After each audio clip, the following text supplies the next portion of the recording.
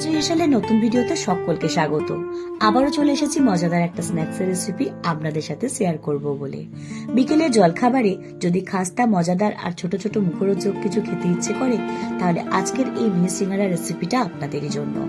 অল্প কিছু ঘরোয়া উপকরণ ঝটপট বানানো যায় এই ছোট্ট সিঙ্গারা, যা খেতে দারুণ ক্রিস্পি আর ভেতরটা ভরপুর স্বাদের।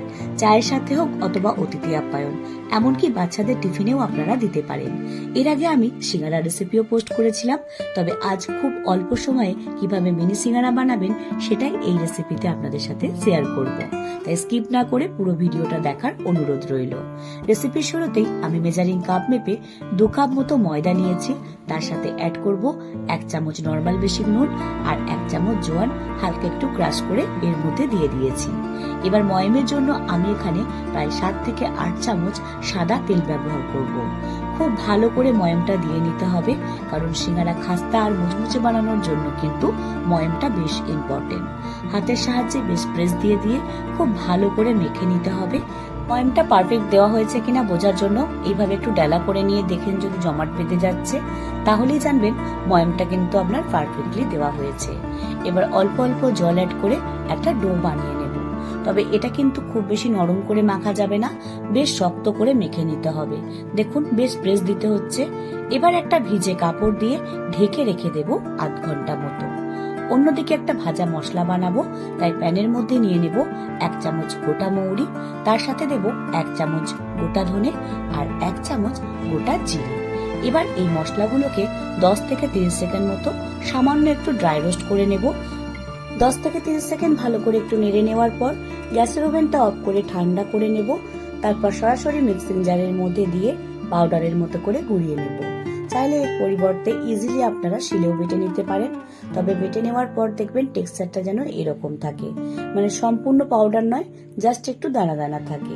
পাউডার বানানো হয়ে গেছে। অন্যদিকে প্যানের মধ্যে তেল দিয়ে তার মধ্যে অল্প একটু চিনিবাদাম দিয়ে ভেজে সেটা তুলে নেব। তারপর ওই তেলের মধ্যে দিয়ে দেব 2 চা চামচ পরিমাণ বেসন। এবার তেলের মধ্যে বেসনটা দেওয়ার পর খুব ভালো করে বেসনটাকে নেড়ে নেব। ফেনাটা যাতে সম্পূর্ণভাবে শুকিয়ে আসে, কন্টিনিউ এটাকে নাড়তে হবে। ফেনাটা যখন সম্পূর্ণভাবে এরকম শুকিয়ে আসবে, তার মধ্যে দিয়ে দেব 2টো মিডিয়াম সাইজের সিদ্ধ করে রাখা ম্যাশ করা আলু। আলুর সাথে বেসনটাকে খুব ভালো করে মিশিয়ে নেব।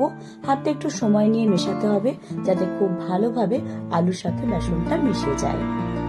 বেসনের সাথে আলুটাকে খুব ভালো করে মিশিয়ে নেওয়ার পর দিয়ে দেব 1 চা চামচ নুন। তার সাথে কালারের জন্য অ্যাড করব 1/4 চামচ পরিমাণ হলুদ গুঁড়ো, 1 চামচ ঝাল লঙ্কার গুঁড়ো, চাইলে এর পরিবর্তে আপনারা কাশ্মীরি লঙ্কার গুঁড়ো ব্যবহার করতে পারেন। এরপর দেব বেসিক সিম্পল কিছু মশলা, যেমন 1/2 চা চামচ ধনে গুঁড়ো, 1/2 চা চামচ জিরে গুঁড়ো। একটু চটপটা বানানোর জন্য দিয়ে দেব 1 চা চামচ চাট মশলা, আর অবশ্যই অ্যাড করব 1 চা চামচ গরম মশলা। এবার এই সমস্ত শুকনো মশলাগুলোকে আলু আর বেসনের সাথে খুব ভালো করে মিশিয়ে নেব, যাতে মশলার ফ্লেভারগুলো খুব ভালোভাবে আলুর মধ্যে মিশে যায়। হাতে একটু সময় নিয়ে কিন্তু মশলাটা মিশিয়ে নিতে হবে, আর এই সময় অবশ্যই গ্যাসের ফ্লেমটা একদম লো রাখতে হবে, যাতে মশলাটা ধরে না যায়। খুব ভালো করে মিশিয়ে নেওয়ার পর আগে থেকে ভেজে রাখা ধনে, জিরে, মৌরি ভালো করে মশলাটা দিয়ে আবারও কিন্তু খুব ভালো করে মিশিয়ে নেব। মশলাগুলো যাতে খুব ভালোভাবে মিশে যায় সেটা একটু খেয়াল রাখতে হবে। সবশেষে ভেজে রাখা চিনেবাদাম আর ধনে পাতা ছড়িয়ে আবারও একটু মিশিয়ে নিলেই কিন্তু পুর তৈরি। আবারও মিনিট খানেক একটু নেড়ে নেব। তারপর গ্যাসের ওভেনটা অফ করে ঠান্ডা করার জন্য এটাকে একটা প্লেটের মধ্যে রেখে দেব। পুর বানানো খুবই সহজ, আপনারা চাইলে এর মধ্যে আরো কিছু মশলা অ্যাডও করতে পারেন, তবে আমি যেভাবে বানিয়েছি এইভাবে বানালে দোকানের মতো সিঙ্গারা খুব সহজে আপনারা বাড়িতেই বানিয়ে ফেলবেন, তাও সিম্পল কয়েকটা ঘরোয়া মশলা দিয়ে। মশলাটাকে আমি প্লেটের মধ্যে একটু রেখে দেব যাতে ঠান্ডা হয়ে যায়। অন্যদিকে ঢাকা খোলার পর ময়দাটাকে আবারও ভালোভাবে একটু থেসে নেব।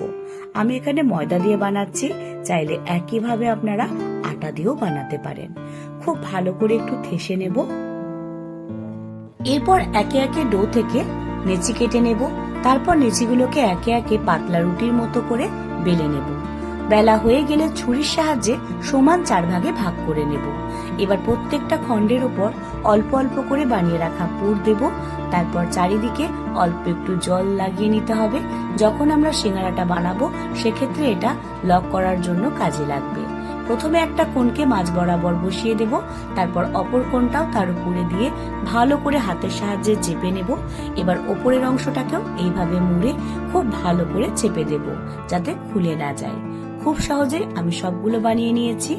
ভীষণই সহজ, আপনারাও খুব সহজেই বানিয়ে নিতে পারবেন।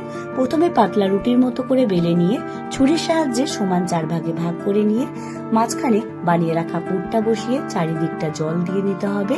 তারপর এগুলোকে সিঙ্গারার আকার দেওয়ার জন্য প্রথমে একটা কোণকে ভাঁজ করে মাঝ বরাবর নিয়ে এসে অপর কোণটাকে ওই কোণের ওপরে চাপিয়ে দিয়ে ভালোভাবে লক করে নিতে হবে। এবার এটাকে হাতের মধ্যে নিয়ে ওপরের অংশটাতে আবারও একটু জল লাগিয়ে নিয়ে ফোল্ড করে দিলেই কিন্তু তৈরি মিনি সিঙ্গারা। একই পদ্ধতিতে আপনারা সিঙ্গারাও বানিয়ে নিতে পারবেন।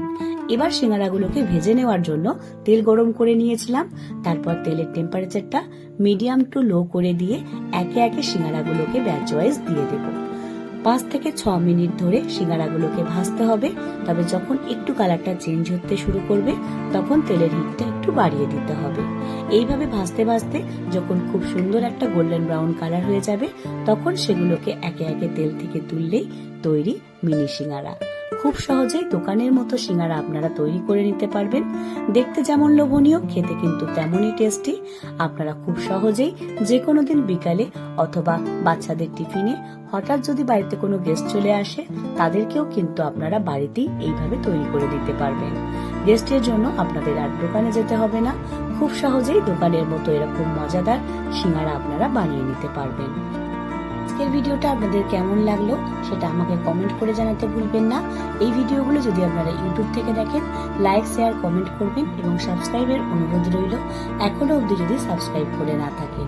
একইভাবে এই ভিডিওগুলো যদি ফেসবুক পেজ থেকে দেখেন তাহলে পেজটিকে ফলো করে আপনাদের গুরুত্বপূর্ণ মতামত প্লিজ কমেন্ট বক্সে জানাতে ভুলবেন না। শেষ অবধি ভিডিওটা দেখার জন্য আপনাদের সকলকে অসংখ্য ধন্যবাদ। আবারও আপনাদের সাথে দেখা হবে খুব তাড়াতাড়ি গীতশ্রী হেসেলে। সকলে ভালো থাকবেন, সুস্থ থাকবেন। নমস্কার।